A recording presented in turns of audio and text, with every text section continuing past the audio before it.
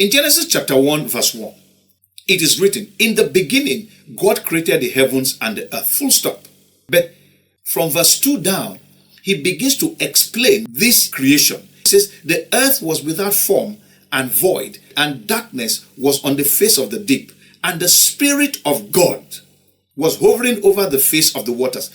In verse 3 it says, then God said, let there be light, and there was light. In verse 4 it says, God saw the light, that it was good, and God divided the light from the darkness. Let's go to verse 26, and we'll begin to get inkling into what is really going on.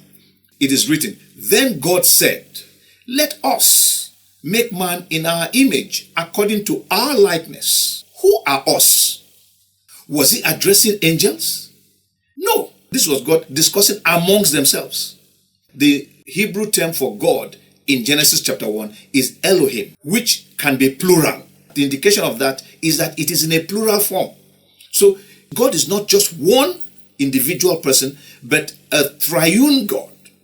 And so when it says, let us make man in our image, according to our likeness, to take our shape and to have our attributes, it couldn't have been referring to angels, because angels are not built like God.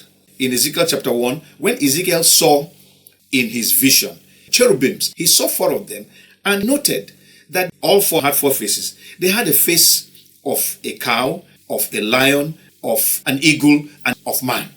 They had wings, and their feet were like calves' feet. So it couldn't have been angels that God was referring to. So Jesus Christ had to come to explain to us this aspect.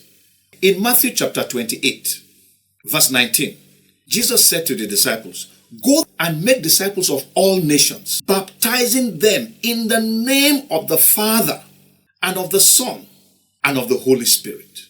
He mentions 3 of them. There's a Father, there's a Son, and there's a Holy Spirit. And we are being baptized into their name. In other words, to take on their attributes.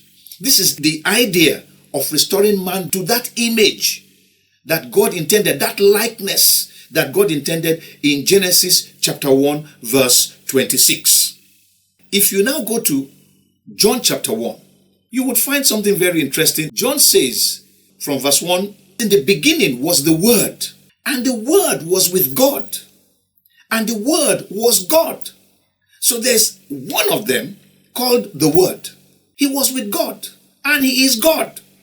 And then he says in verse 2, he was in the beginning with God. So we are looking at 2 people here now. One is the Word, the other is God.